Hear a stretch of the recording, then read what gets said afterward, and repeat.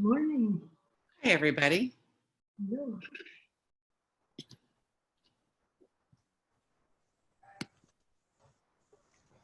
How's everybody doing? Fairly good. Good. Hi, Edith. I'm Kristen. Oh, and let me unmute you. There we go. No. I'm There. turning the ringer off on my phone. Okay. How are you, Marjorie? I'm doing pretty well. People keep telling me I'm doing very well. So that's not me, but You look wonderful. yeah. Well, I have a brand new hip. Yeah. Oh, good for you. Brand new as of not even a week ago. No, yeah, 4 days ago. Yeah. Oh my gosh. And I can walk up and down my stairs and walk around the house. Do you have much pain, Marjorie? Hardly any. And do you want to enable me to screen share? Ah, yes. Let me do that. Ah, good. Yeah. Hang on. And we're recording. Let's see. So, Edith, I haven't figured it out since they updated this thing. If you make me a co-host, that should do it. Right. You see where it Go is? under participants. Under participants, okay. And then click you. And okay, under participants and click more. Yes. Okay. No, that one's not doing it. I know that there's a way to do this. There. Make. Okay. So I'm just going to make you the host. It won't let me do co-host, but I'll just make you the host, okay? Okay.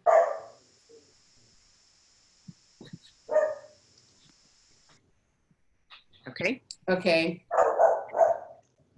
All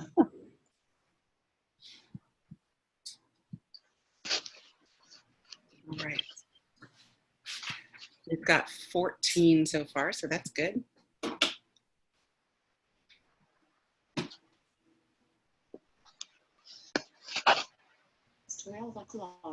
And it's right at noon. So we had, I'm gonna go check the responses again. We had 36 when I checked right at 11:30.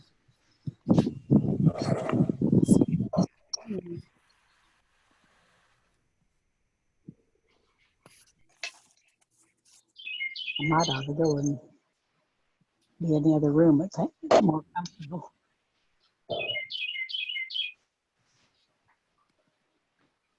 Nope, that looks like it. Okay.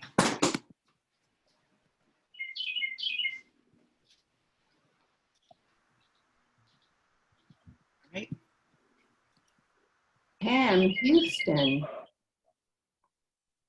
Yes. Hi, Edith.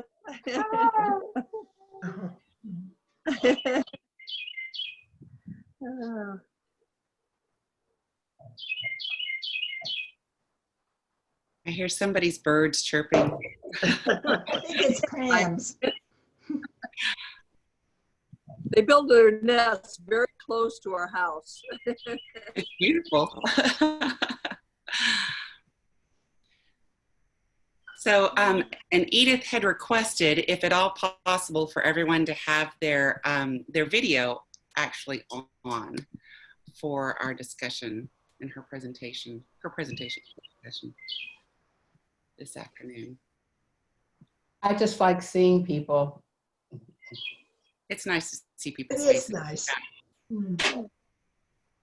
It is. And Edith, do you want to mute everybody while we're while you're talking Sure. until you actually.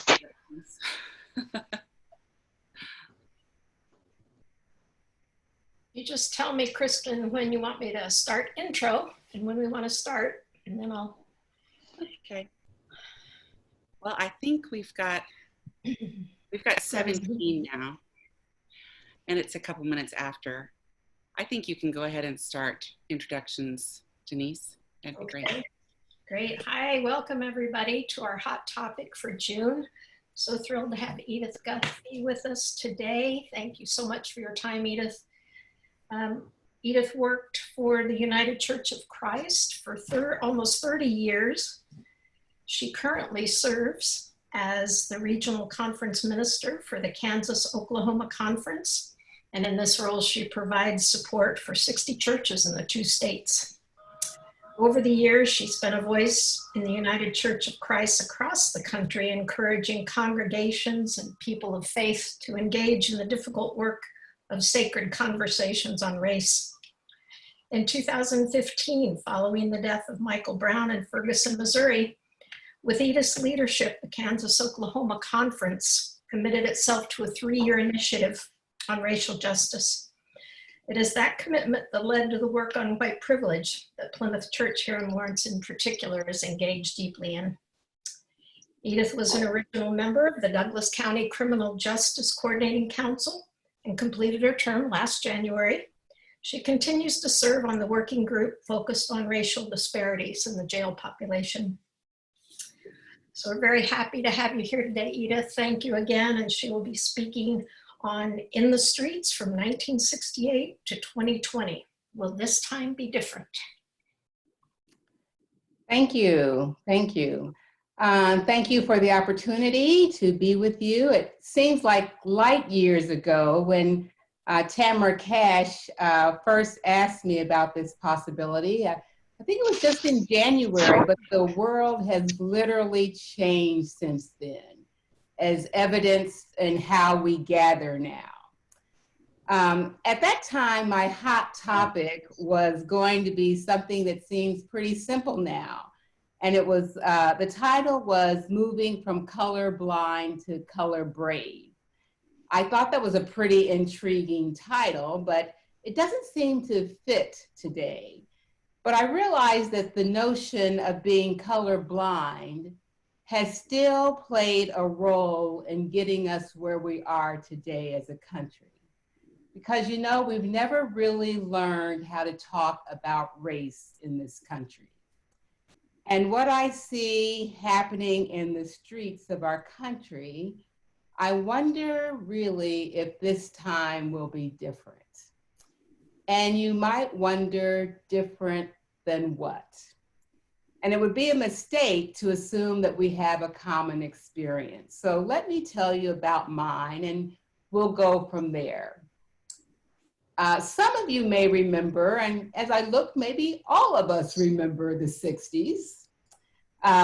Dating back, some of you may remember the protests of the 60s that date back to maybe 1965 in Watts and then in 67 in Detroit and Newark. It was April of 1968. I was 15, almost 15 years old, and I lived in Kansas City, Missouri. And that's when Dr. Martin Luther King was killed. And it seemed as if the streets of Kansas City had exploded.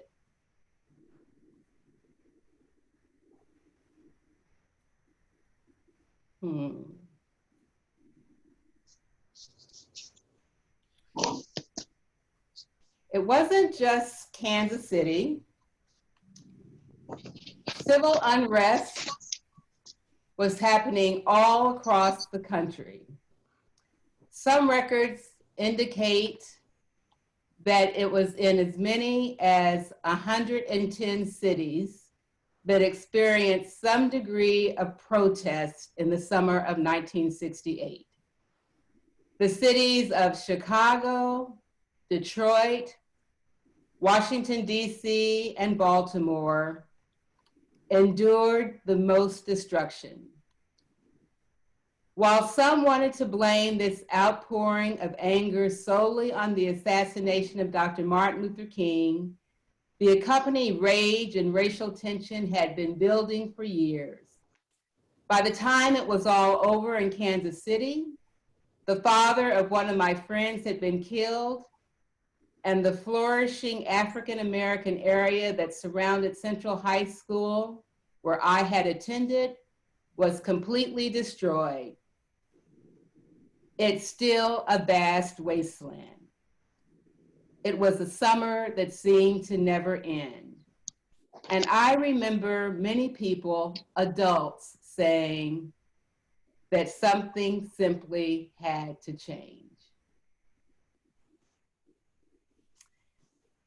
And that is part of who I am today.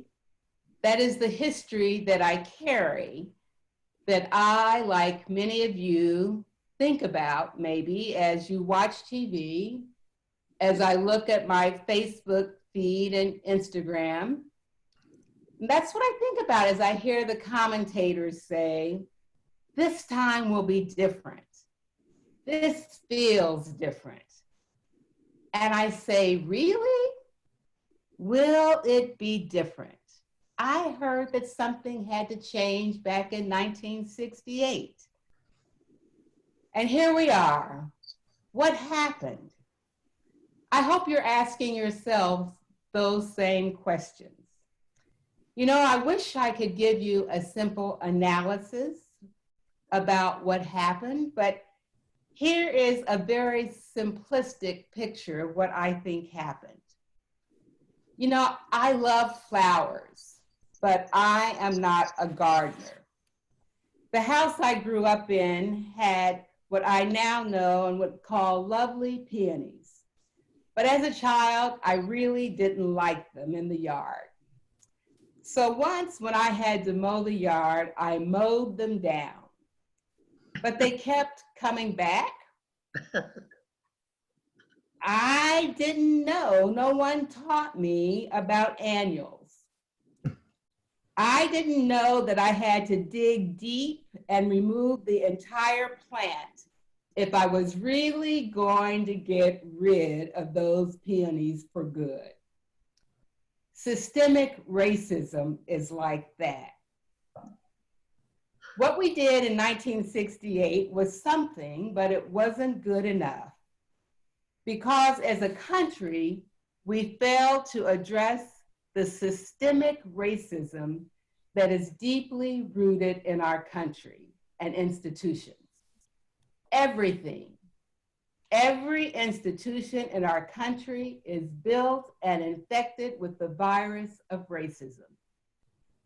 Right now, the focus is on the police, as it should be, but systemic racism infects every single part of our society. There is no escaping it.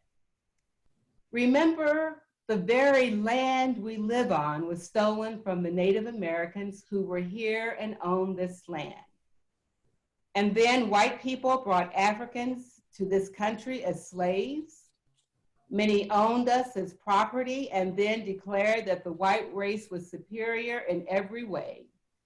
Legally declared that Black people were only 3/5 of a person, fought a war to keep the institution of slavery alive, and the list of atrocities goes on and on. How could this part of the history of our country have no enduring impact? Poisonous water that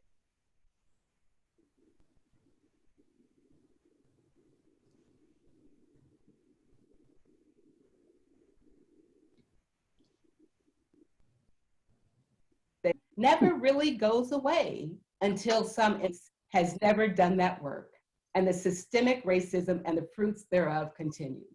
Right now, if we focus only on the police, we will miss the bigger picture. We have to think about the environment, the culture that shapes a police officer that kneels on George Floyd's neck for 9 minutes. How does he come to have such low regard for him, for a human being, as he cries out for his mother and says he can't breathe? Does he think he won't be held accountable? Does he think he is above the law? In this day of cell phones, he knows he's being recorded, and yet he still does it. The answer to these questions is to look at the history, the pattern of cases that have happened before. What has this policeman learned from this country? How many Black men have been killed by police and how many have been held accountable? This is the bigger concern that the country must grapple with. It is this callous disregard and value for the lives of Black people that has its roots in slavery and continues to manifest itself in our institutions today. Will this time be different? Did we simply not know what was actually at the root of the protests that we saw in 1968? You know, there is this saying that we can learn from history or we are doomed to repeat it. So if this time is really going to be different, we might look at what happened after the turbulent 60s. President Lyndon Johnson created the Kerner Commission to identify what actually caused the uprisings in Detroit and Newark in 1967. The Kerner Commission report came out in March 1967, right before Martin Luther King was assassinated. And this is what they said. Oops, let me find that. What caused the riots? The Kerner Commission said this. Edith? That, are you seeing this? No, we're not. We're just seeing like a Okay. blank PowerPoint. You are screen sharing, but you are not screen sharing. Huh. Are you seeing it now? No. Huh. Okay. I think we're,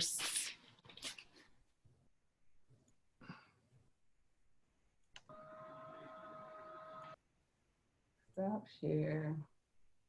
Okay, share screen. You know, I hate this. there it is. You are seeing it now. Yeah, it all converged to quell violent upheaval. Okay. Now you're seeing it. Yes. Okay, what caused the riots in the cities?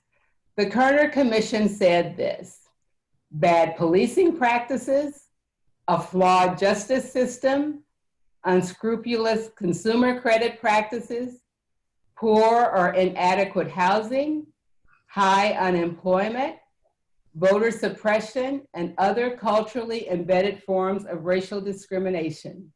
This was 1968, by the way. All converged to propel violent upheaval on the streets of African-American neighborhoods in American cities, North and South, East and West, and as Black unrest arose, inadequately trained police officers and National Guard troops entered affected neighborhoods, often worsening the violence. The presidentially appointed panel reports, white society is deeply implicated in the ghetto. White institutions created it, white institutions maintain it, and white society condones it.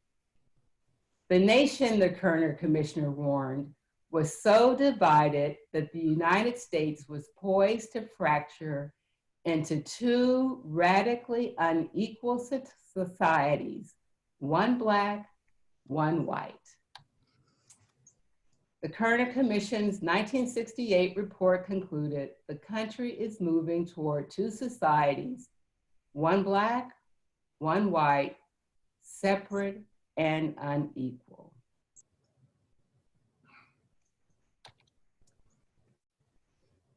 Newsweek published a special edition that said, instead of whispering in its readers' ears, Newsweek was screaming in their faces.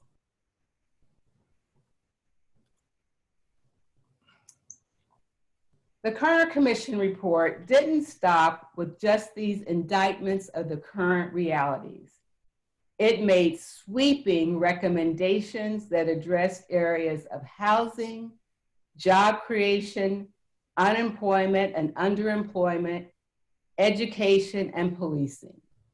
The report spoke to the distrust that was in communities and resulted in Negroes seeing and experiencing two systems of justice, one for whites and another for Blacks. It called for massive investment and redirection of federal spending from the Vietnam War to social programs. And you might imagine it was not popular. It was a political nightmare for Lyndon Johnson. Needless to say, he did not support the recommendations of his own commission.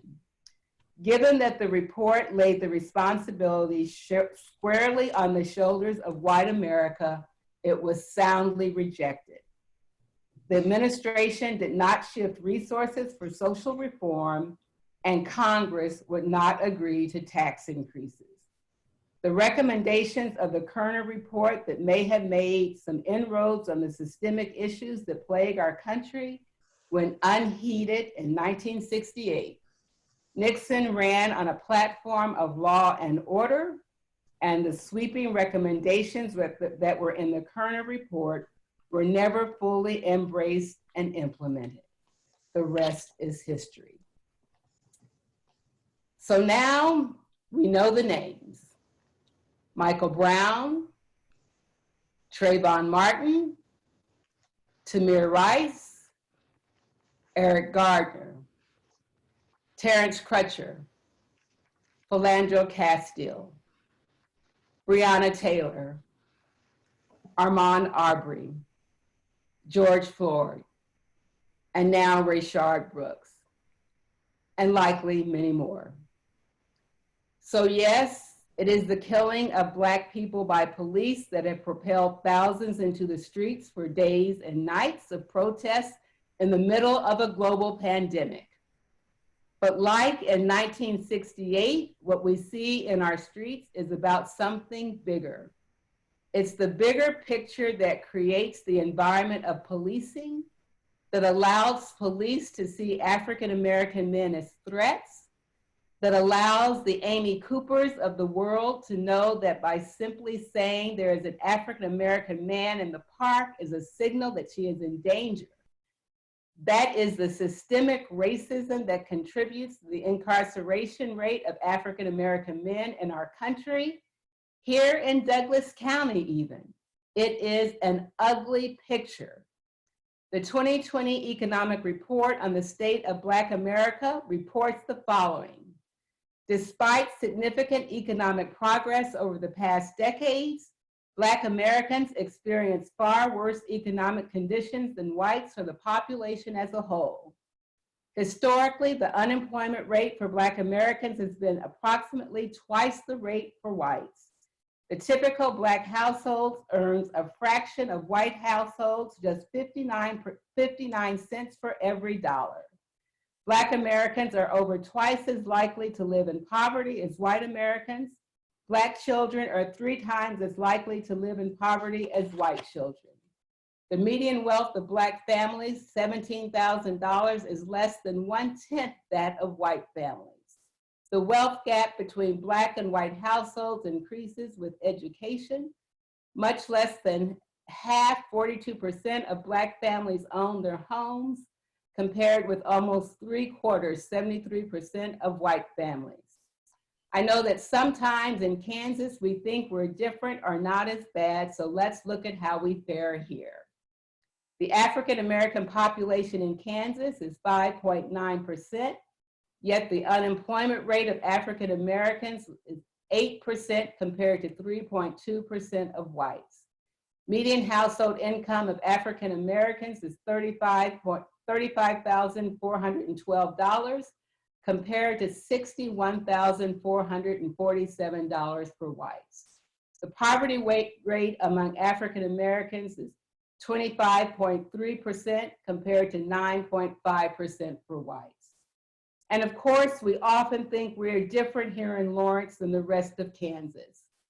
The 2018 Health Equity Report published by the Douglas County Health Department indicates the Black population in Douglas County is more likely than the white population to have an income lower than the county average. We're more likely to struggle financially and to lose years of potential life to cardiovascular disease. Black infants are more likely to be born at a low birth weight, a more than twofold difference than other population groups. A Douglas County resident must earn $16.25 an hour to afford a 2-bedroom apartment in Lawrence, which is $33,800 a year. A Black population with a median income of $31,042 is below this benchmark. You know, I could keep quoting numbers and statistics, but the point is that in every single indicator, at every single level, national, state, county, local, the racial disparities are clear and persistent. Numbers do not lie.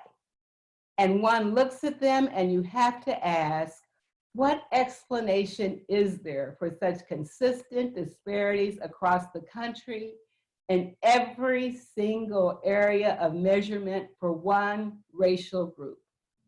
I won't deny that there are disparities for other persons of color as well, but that only adds fuel to the fire. In this country, generally speaking, persons of color fare far worse than white Americans.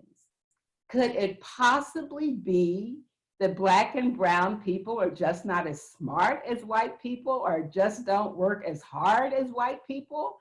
Really? We're way beyond that, aren't we? Or might we really have to face that years of systemic inequities are revealing themselves in these numbers? This is the outcome of failure to address systemic racism and white supremacy. Before 1968, again in the Kerner Commission report, and in countless opportunities since then. So here we are today, June 18th, one day before Juneteenth, the annual holiday that commemorates the end of slavery, 1865. It has been 155 years ago this year. We are at a crucial point in our country. And yes, it does feel a little bit like 1968.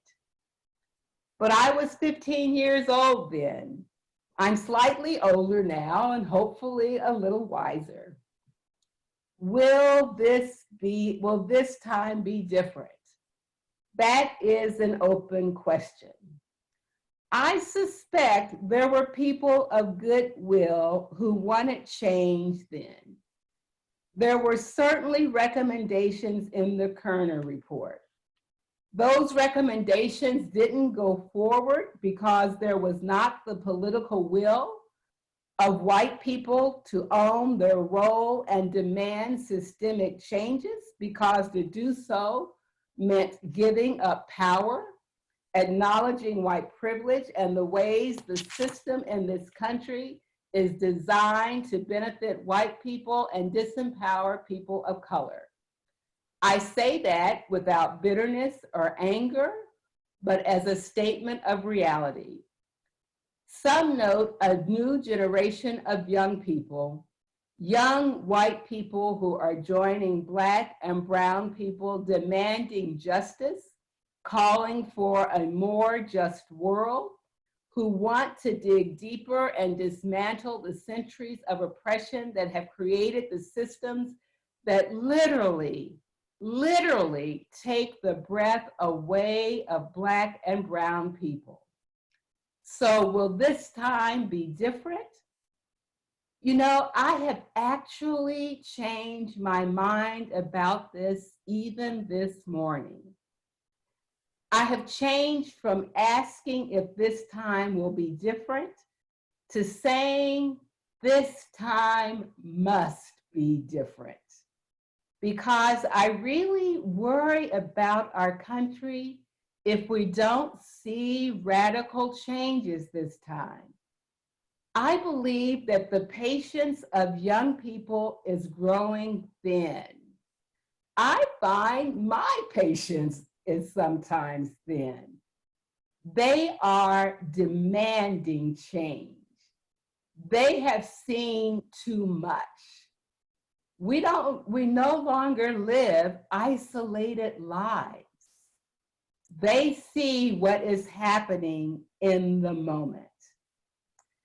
They have seen too much, and as we can see, they are willing to march in the very midst of a global pandemic, risking their very lives to demand change.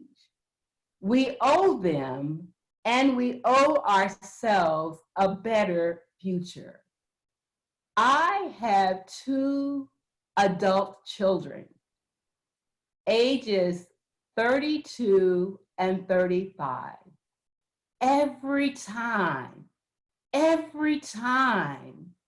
there is a young African-American man killed, I call my children. Every single time. They have grown to expect my call. I don't want that for their children. We have to change. We owe them and ourselves a different world. And honestly, that is really more up to you than it is up to me. You who are white need to do the work to dig deep, to go beyond being afraid to talk about race, to confronting racist actions and systems, and demanding changes in racist policies and institutions, and exploring your own possibly unintended racist behavior. If you are uncomfortable with the use of the word white supremacy, ask why and engage in the hard work to understand the roots of systemic racism in our country and how it has impacted and shaped you. This is not easy work, and it is not once and done. It is a continuous journey, not a sprint. If you are to be effective and if there is to be long-lasting change, you must commit yourself to the long haul, long after the headlines fade, and you must commit yourself to possibly being unpopular in your family or with your Facebook friends, as this work must become part of your political, family, faith, and personal life, as the reality of race and systemic racism is everywhere. And silence is indeed violence. Silence is complicity. In the streets, 1968 to 2020. Will this time be different? It must be different. It has to be different. But in the end, it really, really is up to you.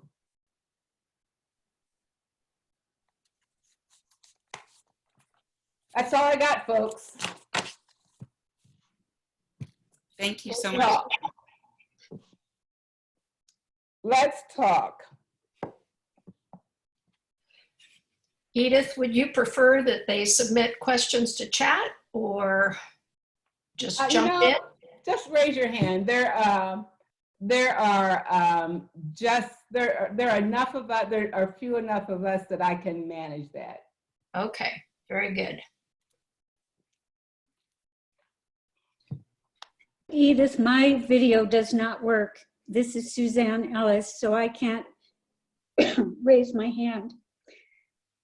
Can you hear me? Yes, we can hear you.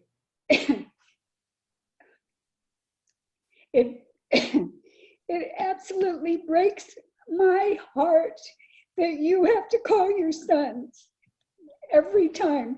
My husband and I have an African-American daughter, and we have to do the same thing.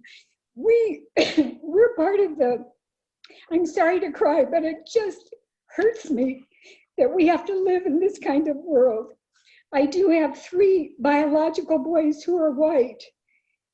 Because their sister is Black, they really understand racism, and they experienced it when they were kids, and they would go someplace, the 3 of them would go places and people would holler out all kinds of stuff at them. So they understand it, but most of us who are white do not understand at all. We don't see what it's like when you go into a store and they won't take your credit card, or they take a long time processing it.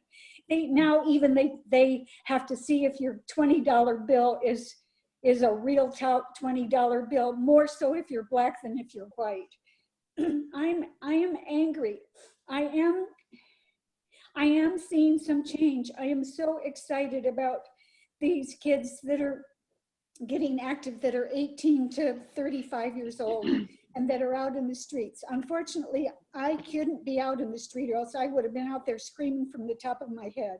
I hope that everybody on this call realizes that if we're white, we don't have a clue. And with regards to healthcare for Blacks, my daughter, when she has a 3-year-old now, she's married to a Kickapoo native. When she was in labor, they did not do an episiotomy. So when that baby was born, she was torn unbelievable. Well, I think episiotomies have been around for a heck of a long time. And that wouldn't have happened to me. That didn't happen to me when I delivered my 3 boys. So I'm sorry to be emotional. I'm not sorry to be emotional. We all need to be emotional. We all need to be as emotional as when we saw George Floyd lying there with that policeman, with the expression on that policeman's face. That's what we see in all white Americans, because they can't believe it. They don't see what Black Americans are going through, and people of color and Kickapoo natives. I mean, it's just disgusting. I applaud everything that you said. I'm 100% behind you. And I am so upset that you have to call your sons just like we have to call our daughter to see if they're okay. We all do. I mean, I'm not the only person. We all call our children every time we see that. The question is, we've been doing it for years. Lois? I have a question because my husband and I have been thinking quite a bit about what might be different this time from the 60s, and because we do remember the 60s. And I'm wondering if you personally see a greater reaction from white folks this time than you did last time. More white people speaking out instead of, in addition to the youth. Do you see it as something different, where we might have a chance to actually have a more sustained conversation than in the 60s? Well, I was 15. Yeah, that's true. I was older than that. I was 15, and you don't, what you could see then is different from what you can see now. Our world is bigger now because of what we can see on social media. Mm-hmm. My world was different. I lived in the hood. And mm-hmm. So my whole world was different. So others may have to speak about that. I had a different worldview at that time. And so I really can't address that. I just don't know. I didn't have the same kind of access mm-hmm. that I have now. Well, I guess I'm thinking that, I guess I'm being more hopeful now because of things like, the new Jim Crow is back on the top selling, top 10 selling list of books just recently, and that's, you know, how many years old is that book? More and more people are looking for things to read, engaged in conversations, and I think I was about 19 then. I'll see if I can do my math, but I just did not notice the same kind of conversation going on with any of the white people around me in the 60s that I'm seeing now. Yeah. And maybe it's just who, yeah, go ahead. Let me ask a question. What got your attention? I mean, what got the attention this time? I mean, it was the new Jim Crow's been out there. Mm-hmm. We've had all of these Black men shot and all these Black men killed. We've had uprisings every time. What this time made the difference? It was sort of like, do we have to have 10 days before people listen? What was it this time? You know, my own opinion is that, first of all, people were all stressed out because of the pandemic. So that put people in a different mindset. But to me, in people I've talked with, it was the look on that officer's face, knowing that he was being videoed and realizing that it didn't really matter because he didn't care. And I've talked to other people who it wasn't the first time I've been concerned, but it did wake up some other people because it was so in your face that I don't care if you're videotaping me, I'm in the process of murdering this man and it's okay because I'm going to get away with it. And I think that it was just finally too much. And also right before it, you know, you're out jogging and a couple of three crazy men chase you down and then kill you. You know, the videos that we're getting, and also I think the realization that if that video had not been accidentally leaked, the world would not have known that 3 white jerks gunned down an innocent Black man who was simply out for a jog. And so I think that the white America is starting to wake up to the fact that this is something that goes on all the time, and it's just that we are now having the opportunity, that's a strange word, but it's because it's being videotaped, people are now finally believing what Black America has been saying for centuries. And it's just in your face, you cannot ignore it. Mm-hmm. Sonia, your hand is up. Edith, thanks for your talk today. I really appreciate your historical perspective. I teach history, and one thing my students learned when we spun off the Black Death this year and looked at other pandemics is that they often create conditions for social unrest and change. And there was, to the question you asked, there was a story on NPR featuring the man who has the show Code Switch, who had a couple really insightful comments about that. One of them has to do with the pandemic, or one of the causes why things seem to be different now.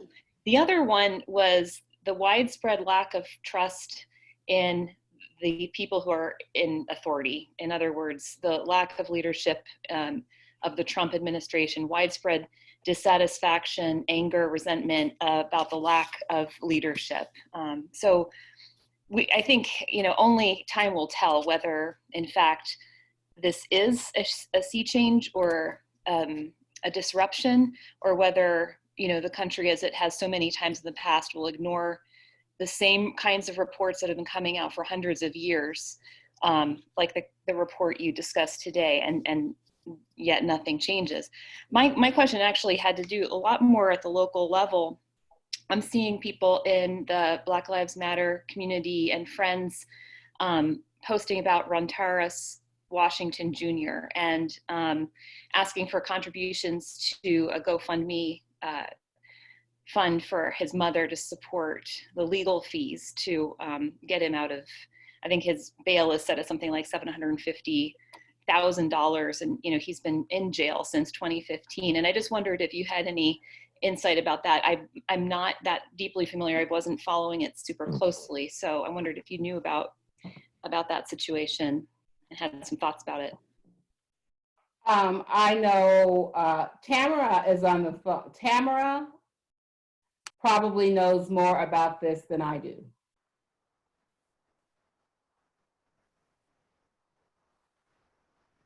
Tamara?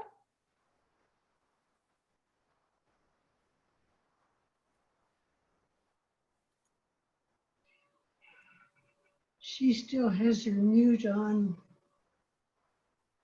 I asked her to unmute. Okay. Oh. Yeah, I've not followed that. You know, I've not. I only came back here in 2013, and it was mentioned in our meeting yesterday that Jolene was in, and I know that they were in the city commission yesterday, the other night, and protesting.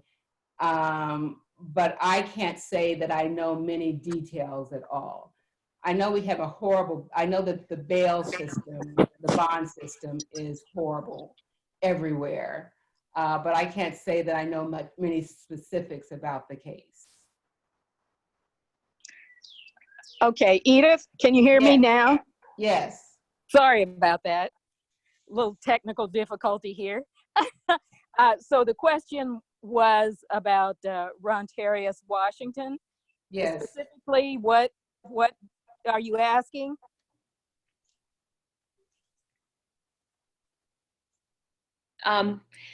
Hey Tamara, I was just asking if anyone knows anything about the situation other than what I've read, you know, in the newspaper coverage from February, I guess, when there was another delay so that more testing could be done. I've seen calls for funding to presumably get him out of jail to pay the bail, and I just wondered if anybody had any thoughts or insights about that situation. Well, I have personal thoughts in that, as you said, this young man has been incarcerated for the last 5 years or so. And that's about 1/4 or 1/5 of his life. And there was one trial, which I think resulted in a hung jury. And so now they're wanting to try him again. What I have read leads me to believe that there are still questions. And so you don't convict someone if there's reasonable doubt. I mean, I'm no attorney, but you know, we've all seen enough and read enough to know that that's should be the case. So I personally don't know if the young man has some guilt, if he acted alone, if he didn't act at all, if he acted in concert with the estranged husband. So, you know, doubt. And so my thinking is let him out of here. Let him go back with his mother until a new trial is scheduled, if that's what they feel like they need to do. But this is cruel and unusual punishment, and it just reflects quite often what happens with African-American individuals in the judicial system. And just to be totally transparent, Edith and I are on the Criminal Justice Coordinating Council, or committees from that council. And we are working hard to get the systems changed. And it's a very convoluted system, as Edith mentioned, that, you know, it goes all the way from mothers with poor prenatal health care to low weight birth weight, children being born with poorly developed brains who go to kindergarten or preschool and aren't ready, and they get angrier and angrier, and then they end up in the criminal justice system. I mean, talk about a domino effect. And Edith is kind enough to say that she's saying things not with anger. Well, I can't say the same thing. And any of you who know me have heard me talk about things for years. I'm just tired. I guess a favorite saying of mine is when I think about interactions with white people, I don't hate you, but I'm tired of you. I'm tired of dragging you along year after year, month after month, trying to get you to see the same things. It's just way past time for you to take responsibility. So, enough said. That's it. Tell us how you really feel, Tamara. Well, you don't have enough time. Other questions?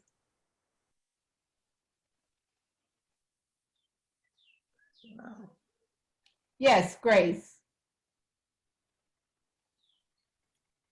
I live in Shawnee County. I'm in the Topeka League, and I wanted to join you today. I'm supposed to be the state board liaison to the Lawrence, and COVID just wiped out all my opportunities to visit you. And today is the first time, and I'm so impressed with this presentation.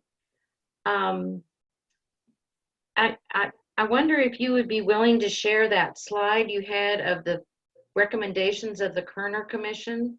I think it'd make a great letter to the editor to point out to the public how little progress we've made on this. I think there were 5 or 6 points to that were really excellent. Sure, it's kind of funny. It did sort of seem like this could be 2020, right? Exactly. Yeah, yeah. And I also was going to respond to, you know, what made the George Floyd situation different. I just thought there was so much clarity. Sometimes in some of the other cases, you could make excuses or, you know, say, did I really see that right? Or did the police see that right? Or were they, you know, did they really have a justification? This was so clear, and it went on so long. Yeah. I feel like, you know, so it went on for so long that you had to look away. Yeah. You could hardly stand it. Yeah. And I feel like maybe that was, yeah. And then when I got on Facebook, that long list of hashtag white privilege and hashtag I can sit in my car, I can walk my pet in Central Park, I can do this, I can do that, and it just went on forever. I thought that was very effective too. Yeah, let me rephrase that. I said it was kind of funny that was 1968. There really is nothing funny about it.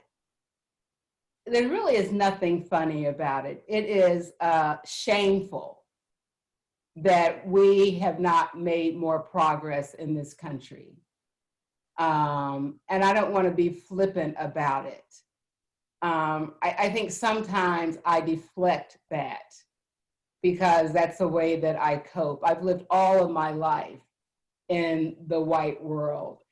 Someone said to me at one point, I wondered what would happen if you got in touch with your rage, and that's probably not something that would be a pretty sight. There's nothing. That would be me, Edith. Was that you? Just tell them you change your name to Tamara. Yeah. So, other questions? Marcy. Thank you so much. So I really appreciate this. There's a good story in a recent New Yorker about the report and what had happened. Do you have a chance to see that, or did you? I have not seen that. So I'm going to send you a copy. But the other thing I wondered, our book club is talking about what books we should be reading these next couple of months, because we need to be educating ourselves. So I don't want to put everything on you. If you have ideas what we should read, that'd be great. But if other people have read some books that have really hit home in terms of understanding this, I would appreciate hearing those. One thing that, you know, I would suggest to all of you, you can read, and yes, you do need to educate yourself, but you also need to get to know people in person, in the flesh. And that can help you understand people who are different than you, and stop being afraid to just interact with people or touch people, or, you know, it's just ridiculous. We're still at this point 400 years later. So there's a lot that can be done in addition to reading and studying. So Tamara, I'm going to say that my husband and I are very lucky to have worked with an African American, help him when the city was condemning his house and getting rid of it. We were able to buy it from him, completely renovate it so the city wasn't concerned, and we're renting it back to him. And I have seen over probably the 40 years I've known him, those issues. So I'm not immune to this. And it's not that I don't have people that I'm working with. I see the same thing in terms of the two state senators who are African American, Senator Foscato and Senator Haley, that I work with. So yes, we want to know people. I've done some of that. I'm sorry I asked this question if it offends you. You know, this is one of the problems, I think.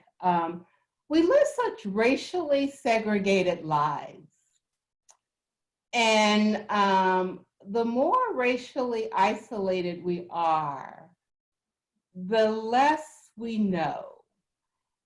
And when I moved away from Lawrence, I actually said I'd never come back, because it was only when I moved away that I realized that my children had no role models, because there were no people of color in leadership in Lawrence. And so it was only when I moved to Cleveland that I said, oh my gosh, they had no role models in Lawrence, Kansas. There was no one in the city commission, the county commission. They didn't have any African-American teachers here at the time. And I said I would never come back here. I certainly wouldn't come back until they were out of the house. So now I'm back in Lawrence. I never intended to be. And so it makes me think what racially isolated lives are unhealthy for all of us. I think and part of that is because of economics. Edith, economics. Go ahead. Could I interject something? That I think that many people believe that if they interact with somebody when they're in need or in trouble, or if they engage in giving to charity, that's having a relationship with somebody who's of another ethnic group. But what I'm talking about is getting to know somebody eyeball to eyeball on a regular basis, and that person is equal to you. Not necessarily equal in income, but just an equal human being. That's the kind of interaction I'm talking about. And again, I'm very pleased that until the public library closed, Joe was meeting really once a week with Leon and working with him. So the other concern I really had at the city commission meeting Tuesday night, because I was the individual who was speaking about the allocations to the neighborhood associations when other individuals, brought up their concerns and interrupted that. The city commission probably did a pretty good job of listening to the protesters, but the individual who was making requests for the neighborhood association, I think the president of Brook Creek, an African American, ended up getting pretty much ignored. And that I felt was really telling, because when people come down and participate and then you don't respond to their comments as much as you are responding to the comments of others, you're really leaving them out. It's so insidious. I read the health equity report And even when, for the people who are really, really trying hard, they refer to people of color as non-white. And I was like, these are the people who are really working hard, but they refer to a group of people as non-white, as sort of like in comparison to white people, they group us as non-white. You know, that, I'm sure it was out of their consciousness. And that's an example of how deep it goes. They had no idea that that was, or at least to me, it was like, really? In a health equity report, you're going to use the word non-white. So, but that's just how deep and how out of consciousness it is. So I believe we are almost out of time. What's a good way to make that reference? We don't want to say other. I would say people of color. Okay. Yeah, that's what I would do. So I really want to thank you for the opportunity to be here. Thank you for the invitation and for the conversation. I hope you will be brave and courageous in engaging in this conversation. I hope you will be relentless in doing this work because it is a journey, not a sprint. So thank you. Thank you so much, Edith. Thank you, Edith. Time today, and I wanted to tell everyone, I hope you can join us next month. Matt Cravens will be talking about racial disparities in sentencing and criminal justice next month. So that will be again third Thursday at noon via Zoom. So be looking for those invites for signups and then the links. So thank you all so much. Thank you all. I would like to thank you too. Thank you, Kristen. Thank you, Denise. Okay. Thank you, Tamara. Thank you, Edith.